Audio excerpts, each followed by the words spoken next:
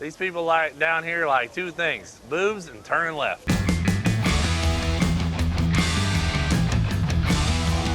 Squirrel, what the hell? Why did you buy the racetrack? Absolutely went all in. Wait a second, we raced the motorhome? When I win my first race, that infield is toast. I gotta take a bite. It's pretty good, Squirrel. Tastes better than it looked.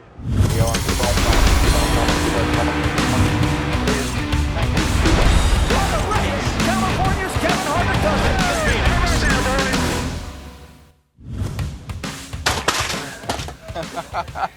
Kevin Harvick.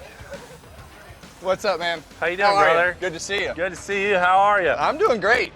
I'm doing great. How are you doing? I'm doing great, brother. Just finished 10. What? Welcome to our campsite, by the way. I'm definitely interested, and we're going to talk about these motorhomes. But yeah. I want you to tell me about your race today, because you had some things that you had to work through today. Yeah, we started off great. About 5 laps in, the tone of the car changed, and it had broken the intake exhaust valve spring, and that was a battle. All of a sudden, I was freaking hot dogging, having the time of my life, and I just started getting pulled off the pack. And when I made a little bit of a mistake, fell out of the draft, and then I was like just getting blown by everybody. And we tried to fix it, tried to check the plug wires, everything. The Ilmore guys said the valve train is really loud. Yeah. But they let us go back out, and just had to work the air the whole time. That's good. You probably actually learned more doing it that way. Yeah, it was kind of scary. Like I could feel a couple times I got right on the edge of losing them, and I got real lucky and got to tuck back in. And I just had to stay tucked. Like about 2 cars is where I would start to get sucked away, and it was a really cool challenge, honestly. Well, that's good. Well, you got your first top 10. Yeah. And so first finish too. First finish. Well, that's always important. Yeah. Just finishing the race is important. But I think for me, as I look around and I've kind of followed your stuff and just followed along, but all of a sudden it has become a little bit different than what you do normally. So how do you balance the entertainment side? You've got all this, and then are you a super competitive person, or? Well, I'm definitely very competitive. Okay. But I also don't like cry when I lose, you know? Yeah. So I love to win. I absolutely love to win, Okay. but I don't like have to go lay under a rock when I lose. So I'm very competitive. You know, I beat Greg Biffle in an oval dirt track race earlier this week. That tells you how competitive I am. And it sucked to have that feeling, but you know, when the car was slowing down and everything, but just wanted to keep fighting, you know? We always have that fight in us. And So you talk about being super competitive, and you talk about Biffle. yeah. How did you two get connected? Well, And is his technical position driver coach, or is he just team supporter? he's the boss. He's the boss. Yeah. Okay. Life coach. There you go. Boss. Everybody needs one. Yeah. You know, Biff and I met, he came around a Crown Vic race, but then when the Hurricane Helene thing happened, he actually gave me a place to stay. We had probably talked for 30 minutes at the Crown Vic race, and then when Hurricane Helene happened and we were flying my helicopter on it, he gave me a place to sleep. And then we went to dinner, and like that was really the beginning of our friendship. Yeah. And when you talk about the whole helicopter situation and everything that you guys were doing, that's obviously led to a bond that you guys probably didn't have and didn't know that you could have before that. And now you're out here running damn near 200 miles an hour. Yeah, and that, it's just been crazy. And like, it goes back to what you asked me about the balance thing. Like, I think I skipped over that. Like, on this whole NASCAR thing is like growing into being a bigger part of our balance. You know, we were like all drag race, all shenanigans, all fun like this week. And then Biffle is great in the reminder of like, hey, that you are about to go 200 for the next 2 hours. So like when last you hit night, something that's gonna hurt. Yeah, last so night he's like, you know, you gotta lock in, go to the RV and get some sleep. We're obviously on Talladega Boulevard, so I had to go I had a different place to sleep for just last night. All right. Got some so rest. Tonight you're sleeping here? Yeah. I've slept in this every night this week. Okay. Soundproof, I would assume, is well insulated. It's really extremely quiet. well insulated. It's 1983 Winnebago Sunflower, but yeah, he's helped me a ton with that balance of where I got to be a racer here and where I got to be, Cleetus. And like the other racing I do, you can be way looser about the competitive side because in drag racing, aside from reaction time, if you let off that button, the car is supposed to do everything for you. You just point it. And this is so much more reliant on the driver and your decisions and those split-second maneuvers, as you obviously know. And I'm behind the car still, I think. I don't think I'm with it totally. Yeah. So it's been interesting. So you obviously started this just for fun, to try it, I assume. Yeah. And now it's kind of morphed into everybody wanting to know what you're going to do next. So you've run Daytona, you've run Talladega. So where does this budding ARCA career head from here? That's a good question. We're going straight to Cup?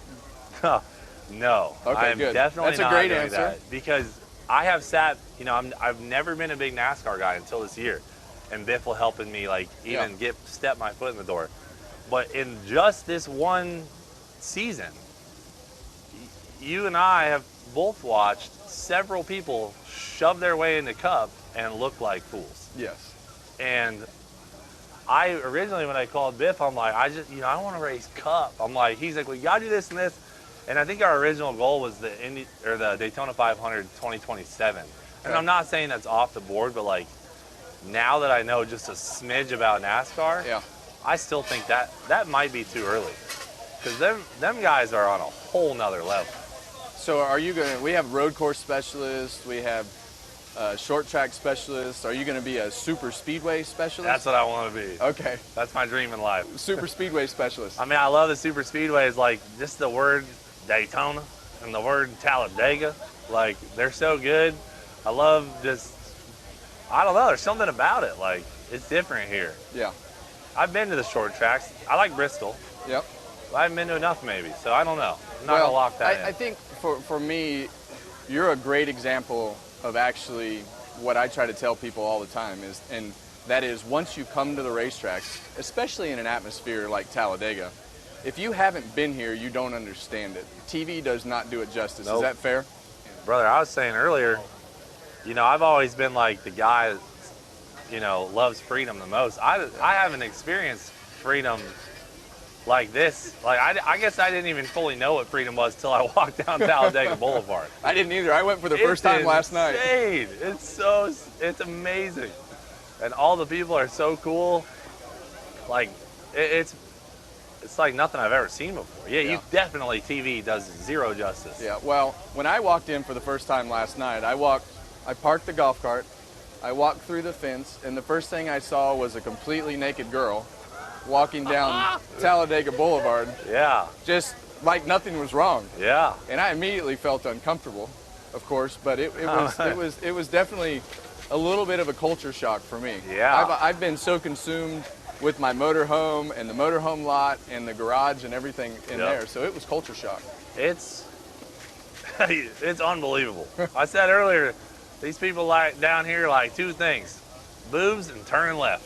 Boobs, you know and what I'm saying? left. That's what they're here for. Yes. And it's just how it is. It's been a blast. So you plan this race, and it seems to me like every time you have a race and there's a plan that has to be developed behind it.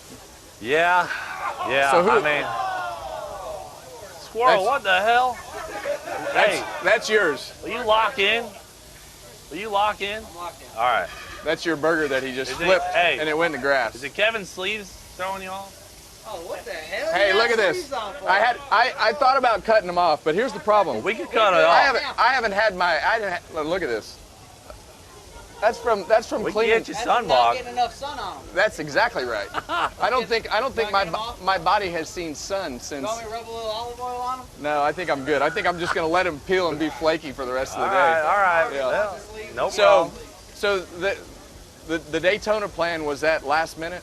Or did that just I think we made it to the Daytona test by about we locked in with Rhett Jones Racing the week before. So that was Mark's fault. He was slow to the punch? No. No, please blame it on Mark. All right.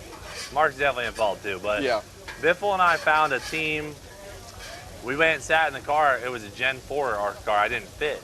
So then we were scrambling, kind of looking for someone. Biffle said, hey, let's just wait until, next year, maybe run a couple short tracks this year. And then Brett Jones, I guess, had their driver maybe fall out, or I don't know, lost sponsorship, whatever. So we got in there. I fit in the car. We said, we're running Daytona. We went and did it. We did the ARCA test, and then here we go. So you come to Talladega, and I look at these motorhomes. Yeah. So explain to me how the ARCA plan came together and what we're sitting in front of, and how these motorhomes got to where we are today. Yeah. All right. So when we did finally get the plan together to race, we got, we said we're going to run Daytona and Talladega, the two super speedways. Yeah.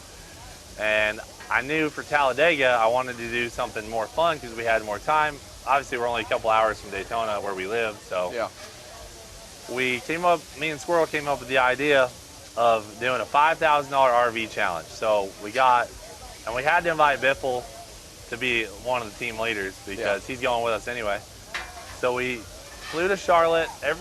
There's 3 teams. We each got $5,000, and we had to go buy RVs. So George and I found this 1983 Winnebago Sunflyer with a 454 big block and a turbo 400. Floorboard gets hot. That's actually true. That's very true. I had a box van that was just about like this. So $4,200 for this one. We had to get it running. It took us a few hours, but we got her going. And then Biffle cheated and bought this Allegro bus 2 days prior. Even though he said he didn't see it, we don't know. He bought the Allegro bus, also has a big block. And then Zach and Ty bought this Ford Tiago. And funny enough, they had a serious mold issue going on. And on the dirt track, their their refrigerator flew out of its holding position, landed on their fire extinguisher, blew it off on the interior. So that one's the worst. This one's the best. We won the circle track race against Biff. We won the drag race. Wait a second. We raced the motorhomes? Yeah, we raced them on Harris Speedway. 5 lapper. Oh my God. Yep. I didn't realize that we were racing the motorhomes. Oh no, we raced them. And then we took them to Tail the Dragon, 318 curves in 11 miles, wore out the fronts on mine. That kind of pissed me off. But other than that, they've been really, really trustworthy. We had a bad fire in ours.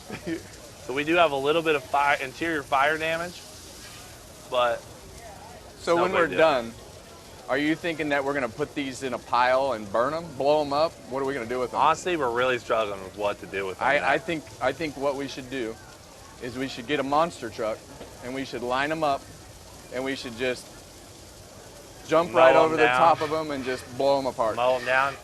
That's not a bad idea. So one time we had back when Stuart was driving my Xfinity cars, we had a Kid Rock car. And they built this marketing program around it. So we had a monster truck that went to all the Monster Jam things as well.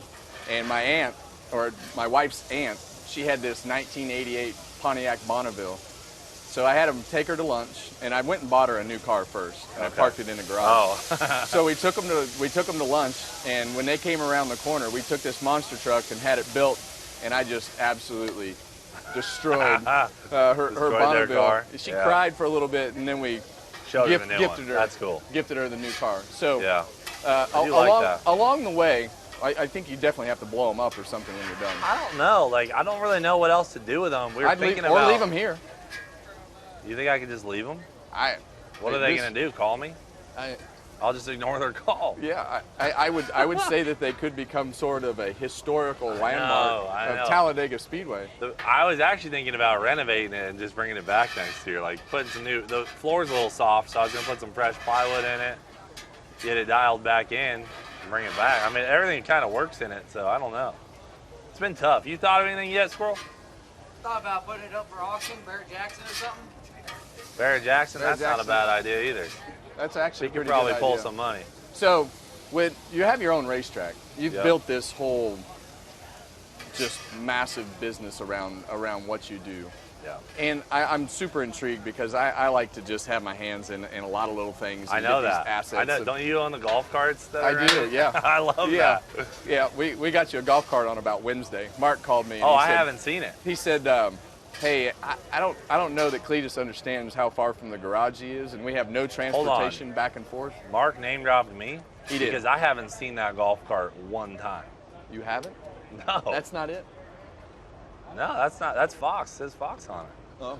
Brother, Yeah. I haven't seen a golf cart. So Mark rented a golf cart for himself. He stole it. Apparently. And he name dropped me. He name Kinda dropped. crude Well, he to you. doesn't have to name drop. I know him. Yeah, I know yeah. him fairly well. So he was really concerned that Okay. of making sure that you were focused, getting back and Yeah, forth yeah. to the garage.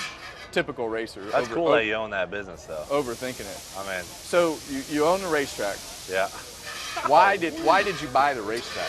What was the initial intent of the racetrack? What the hell is going on back here, brother?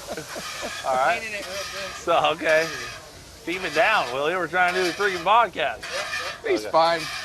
So, I bought the racetrack because at the time my channel had been growing and YouTube was kind of cracking down on, doing dangerous stuff on the street, illegal activity. Like when we would build say a Corvette with a turbo, we'd just take it out to the front road and see what it would do, and I wanted a playground more so that I could work with. Yeah. And I actually didn't really know that I wanted it at the time, but our drag strip's right next to this oval track, the local drag Yeah. strip. So I was at the drag strip one day and I'm kind of looking over there and I'm like, what a dump. And then a few months later, I'm at dinner with a friend that actually owns the drag strip. And it just clicked that, like, why don't I buy the circle track and we'll revamp it on YouTube. Yeah. And this other guy Demolition Ranch had been really successful with an abandoned mansion series. I was like, maybe I'll do an abandoned racetrack series. We bought it and it just like put the afterburners on our YouTube channel on, and the rest is history. I risked everything to get it. I went down past zero, got personal loans from friends that were willing to do it, and just To buy the racetrack. absolutely went all in. My IRS check bounced that spring, and just Ketchup? Ketchup, yes. Ketchup? Kevin, I'm okay. I'll have Ketchup? ketchup. All right. Yeah. you gotta at least hold it or he'll get pissed. I'll eat it. Put Okay. a smiley face on there for you. Thank you. Smiley. I appreciate that. Yeah, so we just went all in, and it turned into the perfect playground for YouTube creation and content, and just took our channels to the Thanks. next level. Thanks, boss. Is this the one you dropped on the ground? Nope. Okay, good. I don't think Let's so. see if I can spill it. I gotta Let's take a taste bite. it. It's pretty good, Squirrel. Tastes better than it looked. Yep. That's what we do. Talladega Bega. Thank you, Jacob brother. Vega. So we have the circle track and we have everything else that you do. What's Yeah. the coolest car you've built? Well, I have one car that I own but didn't build. That'll do like 240. 249, 240 in a quarter mile. What? That thing What gets is it? down. It's a 1969 Camaro. We call it Eagle. Okay. But I didn't build that. A chassis shop called Cameron Johnson Race Cars built it for me. The coolest one that we've built on the YouTube channel is probably the 3 truck that Junior was driving last week. Yeah. That's an old Mike Skinner truck I bought in the early days of my YouTube channel, like maybe 2018. Yep. And we converted it to 4-wheel drive. It's 1,500 horsepower on a moderate tune-up, twin turbo, and it'll blow your mind. Yeah. And like it did to Junior. It looked cool. So- I don't know that I've ever seen Dale that happy. Yeah, he was fired up. He was right? fucking jacked up. Yeah, He and was jacked up when he We got built done. that totally in-house. Never, that's everything was done in my shop by my guys, Zach, Ty, Jack, Stan, Sam. Yeah. And so we're really proud of that one. Yeah. That one's cool. But we have built a few cars that, run 6s. So I consider, when I saw Dale doing that burnout, I think that I did some of the better burnouts Really? in racing. Really? I was the first one to get yelled at the Brickyard for doing a burnout across the bricks. They were really pissed at me for doing my burnout. What are you supposed to do? I didn't, at that point I didn't really care. But we did the burnout all the way down the front straightaway across the bricks until the tires blew out. It blew the fenders off. So if you ever win one of these races, have you ever thought about what might happen afterwards? Do you have a plan in your Let head? me tell you something, Kevin. Whether it's ARCA, it's probably going to be ARCA when I win my first race. Anything. that infield is toast. Yeah. It is done. There will not be a blade of grass that has not been overturned by my race car Yeah. when I'm done with it. And the burn, I mean, I'm going until the motor or the tires blow. That's what I'm going to tear I that, love effing front straight up. And I mean, they're going to have to come out there with a bulldozer to stop me. I've been putting it on record. I've already been talked to by NASCAR about it. They said that would be really bad to ruin the infield before Cup. But what am I supposed to do? Just play dumb. Ask Yeah. for forgiveness later. Well, I'll just tell them you told me it was Absolutely. okay. Tell them I told you they love the fact that we tear their stuff up. And we rate on the podcast. We rate all the burnouts every week. Oh, And- you do? Yeah. Oh, So I want to get in on and that. and so the best one we've had this year was Chase Elliott at Really? Bowman Gray. He drifted backwards all the way around the racetrack, about that far from the fence.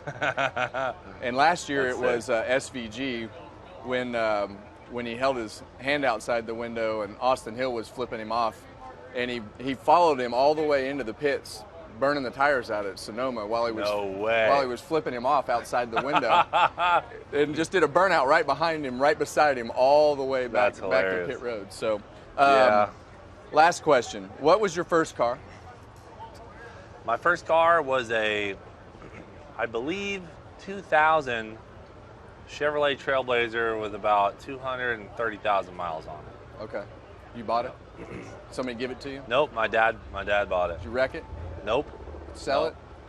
We What'd you sold do? it. Sold We it. sold it, yeah. And then I got a clapped out Nissan Titan, which I thought was Nissan way Titan. cooler. Yeah, it was just, it was kind of like our barn Trailblazer. Like we used it around, I kind of lived on a little bit of acreage and we had Yeah. horses and stuff. Yeah. And then when I was able to drive to school, my dad was like, just take it. And Perfect. that was the start of it. Well, I appreciate you taking the time today. I'm happy that you were Brother. able to finish the race. That's Yes, always thank the you. first goal is Yeah. to finish the freaking race. I know Daytona was a bummer for me. I missed out on so much fun. Like the end of I don't want to talk your ear off, but the end of this race was so cool. Like Yeah. actually driving NASCAR, because the first Yeah. 40 laps were kind of boring, and then the last 20, 30, we're changing lanes. Kevin Hamlin's yelling at me, down, up. I'm up here. There's people wrecking. It was incredible. Yeah. There's nothing that touches it. So As that far as driving. I love the enthusiasm and everything that you have for it. It's been just fun to watch. I guess your passion for NASCAR accidentally happen, and here you are, and it's turned into all this. So congratulations. Hey, thanks, brother. Appreciate It's you an taking honor the to be time. on here yeah. with you. Well, thank you for Really taking the time. We appreciate appreciate it. Yeah, really appreciate you having me. No problem. All right.